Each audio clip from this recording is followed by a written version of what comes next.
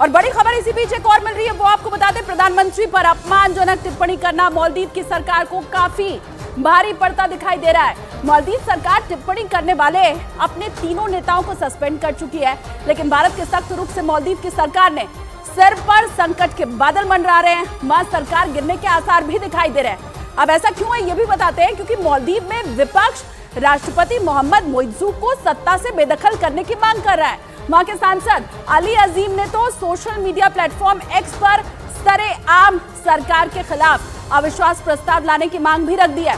उन्होंने लिखा है कि मालदीव के राष्ट्रपति मोहम्मद मोइज़ू को उनके पद से हटाने के लिए कदम उठाए जाने चाहिए, यानी कि भारत विरोधी रुख अपनाकर मालदीव की सरकार ही अब खतरे में पड़ गई है।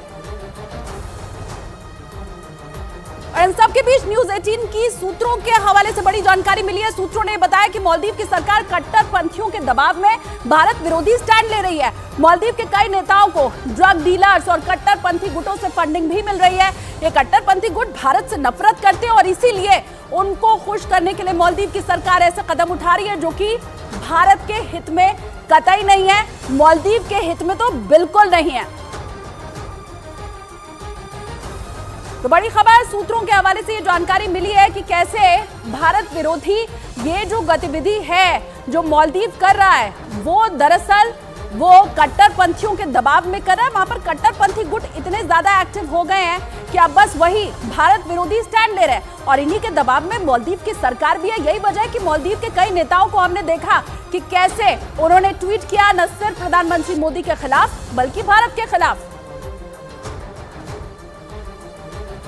और चलिए अब आपको बताते हैं पूरा मामला क्या है और आखिर ये शुरू किस तरह से हुआ। तस्वीरें आपको ये याद होंगी जो पीछे हम दिखा रहे हैं। प्रधानमंत्री नरेंद्र मोदी लक्षद्वीप पहुंचे हुए थे। 2 जनवरी को लक्षद्वीप गए थे प्रधानमंत्री नरेंद्र मोदी और फिर उसके बाद सोशल मीडिया पर ये तस्वीरें उन्होंने शेयर की थी। आराम से बीच के ऊपर प्रधानमंत्री बैठे हुए हैं। पीएम की तस्वीरों ने लक्षद्वीप के मालदीव से बेहतर होने की चर्चा छेड़ दी। हालांकि प्रधानमंत्री की तरफ से सीधा ऐसा कुछ लिखा नहीं गया था, लेकिन सोशल मीडिया पर यह बहस छिड़ गई। उसके बाद मरियम, जो कि वहां की मंत्री हैं, उन्होंने प्रधानमंत्री के ऊपर अपमानजनक ट्वीट किया, भारत के खिलाफ अपमानजनक ट्वीट किया।